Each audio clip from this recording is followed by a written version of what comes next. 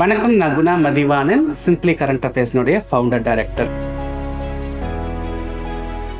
இன்னைக்கு நம்மளுடைய current affairs செட்லிஸ்ட் சீரீஸில் ஒரு முக்கியமான லெஜிஸ்லேஷன் பற்றி பார்க்க போகிறோம். RERA act 2016. கரண்ட் அஃபேர்ஸ் செட்லிஸ்ட் சீரீஸ்ங்கிறது எல்லாருக்குமே தெரியும். 2026 சிவில் சர்வீஸ் ப்ரிலிமினரி எக்ஸாமை மையமாக வச்சு ஒரு 200 இம்பார்ட்டன்ட் கரண்ட் அஃபேர்ஸ் டாபிக்ஸ் நடத்திக்கிட்டு வரேன். அதில் இன்னைக்கு நம்ம பார்க்க போகிறது ரெரா ஆக்ட். சரிங்களா?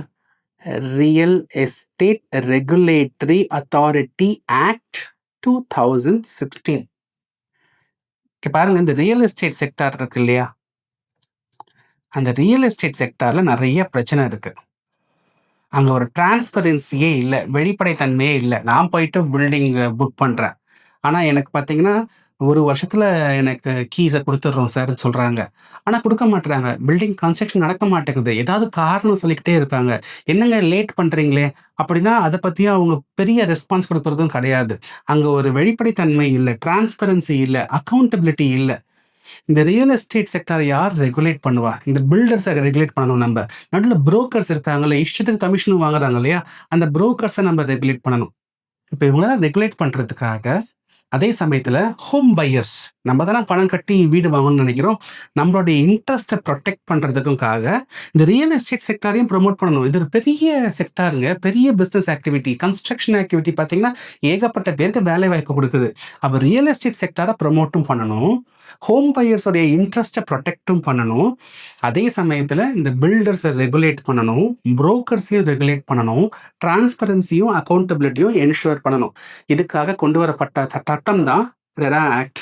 இந்த ஆக்ட் என்ன சொல்லுதுன்னா, ஒவ்வொரு ஸ்டேட்லையும் ஒவ்வொரு யூனியன் டெரிட்டரியிலையும் இந்த ரியல் எஸ்டேட் ரெகுலேட்டரி அத்தாரிட்டி அப்படிங்கிற ஒரு இன்ஸ்டிடியூஷனை நம்ம செட்டப் பண்ணணும். சரிங்களா? எல்லா கன்ஸ்ட்ரக்ஷன் ப்ராஜெக்ட்ஸ், ஒரு 500 ஸ்கொயர் மீட்டருக்கு மேலே இருக்கிற ஒரு கன்ஸ்ட்ரக்ஷன் ப்ராஜெக்ட், அந்த ப்ராஜெக்ட் பார்த்தீங்கன்னா ரெரா கிட்ட போயிட்டு அப்ரூவல் வாங்கிட்டு வரணும். ரெராங்கிறது ஒரு regulatory authority, real estate regulatory authority. இப்போ நான் வந்துட்டு குணாஸ் கன்ஸ்ட்ரக்ஷன்ஸ், நான் வந்துட்டு ஒரு மல்டிபிள் ஸ்டோரி அப்பார்ட்மெண்ட் கட்டுறேன். ஏரியா பார்த்தீங்கன்னா 500 ஸ்கொயர் மீட்டருக்கும் மேலே இருக்குது.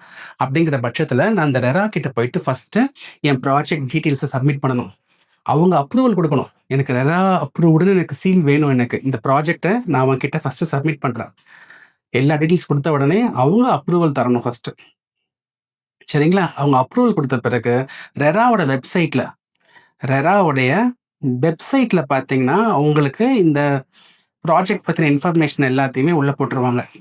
நம்மளும் போய் பார்க்கலாம். இப்போ ஏதாவது ஒரு ப்ராஜெக்ட் நீங்கள் வந்துட்டு பேப்பரில் ஆட் பார்க்குறீங்க ஹிந்துவில், அந்த ப்ராஜெக்ட் உண்மையிலேயே அந்த ப்ராஜெக்ட் என்ன, அதோடைய டீட்டெயில்ஸ் வேணும்னா நீங்கள் ரெரா வெப்சைட்டில் கூட நீங்கள் போய் பார்க்கலாம் அந்த ப்ராஜெக்டை பற்றி.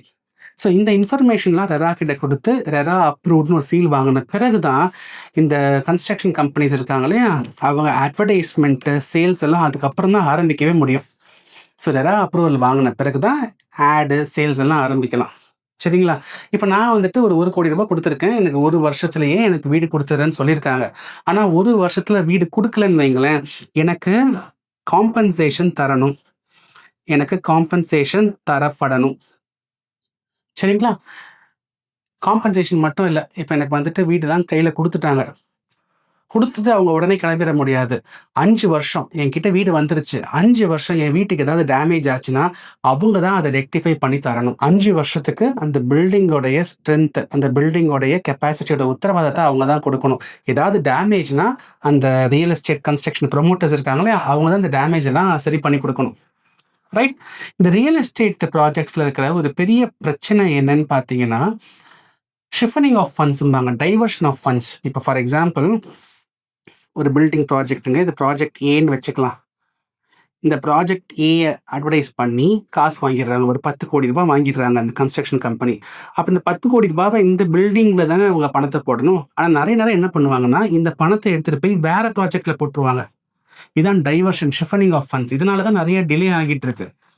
ஸோ என்ன இந்த ரெரா ஆக்ட் என்ன சொல்லுதுன்னா, இந்த 10 கோடி ரூபாய் கலெக்ட் பண்ணுறோம்ல ப்ராஜெக்ட் ஏ, இது ப்ராஜெக்ட் ஏன்னு வச்சுப்போம்.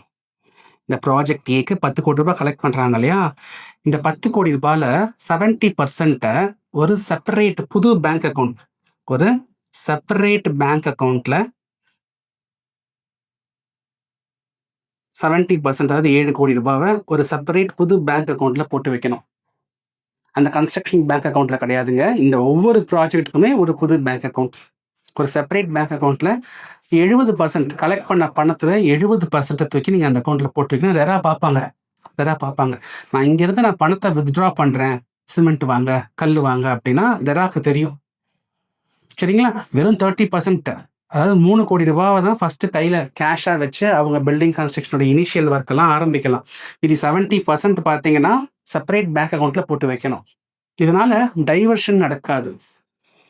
சரிங்களா? உங்களுக்கு லேட்டாக கொடுத்தா காம்பன்சேஷன், டேமேஜ் ஆகுது, நீங்கள் வாங்கி ஒரு 5 வருஷத்துக்குள்ள டேமேஜ் ஆகுதுன்னா அதையுமே அவங்க தான் சரி பண்ணி கொடுப்பாங்க. அமௌண்ட்டு 70% அமௌண்ட் பார்த்தீங்கன்னா செப்பரேட் பேங்க் அக்கௌண்ட்டில் போட்டு வைப்பாங்க. ஸோ இந்த மாதிரியான ஒரு ரெகுலேட்டர், அதே மாதிரி ரெரா கிட்ட அப்ரூவல் வாங்கணும், முன்னாடியே ப்ராஜெக்ட் சப்மிட் பண்ணணும், பேப்பரில் டிவியில் ஆட் தரத்துக்கு முன்னாடியே இந்த அப்ரூவல் ப்ரொசீஜர்லாம் முடிச்சிருக்கணும். ஸோ இதன் மூலயமா அந்த ஹோம் பையர்ஸ், நம்ம வீடு வாங்குறோம் இல்லையா, நம்மளுடைய இன்ட்ரெஸ்ட்டை பாதுகாக்கிறாங்க. ரைட்? இப்போ ரெராங்கிறது பார்த்தீங்கன்னா அவங்க ஒரு குவாசி ஜுடிஷியல் பாடி. என்ன பண்ணுறாங்க, நம்ம ஏதோ கம்ப்ளைண்ட் கொண்டு போய் தரோம்னா அவங்க அதற்கான ஒரு சொல்யூஷன் கொடுப்பாங்க. சரிங்களா? ஒரு குவாசி ஜுடிஷியல் பாடி, ரெகுலேட்டர் தானே அவங்க.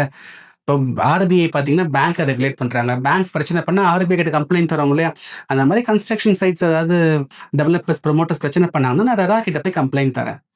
இப்போ ரெரா அதுக்கு ஒரு பதில் கொடுப்பாங்க, ஒரு வெர்டிக்ட் கொடுக்குறாங்க, எனக்கு அதில் உடன்பாடு இல்லை, அப்போ நான் அப்பீலுக்கு போக முடியுமா? அப்பீலுக்கு போகலாம்.